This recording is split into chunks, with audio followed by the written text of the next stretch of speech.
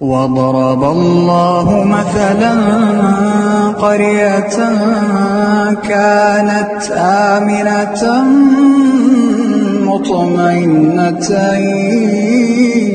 يأتيها رزقها رغدا من كل مكان فكفرت بأنعم الله فأذاقها الله لباس الجوع والخوف بما كانوا يصنعون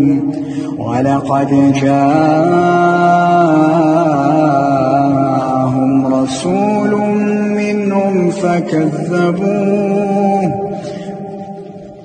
فأخذهم العذاب وهم ظالمون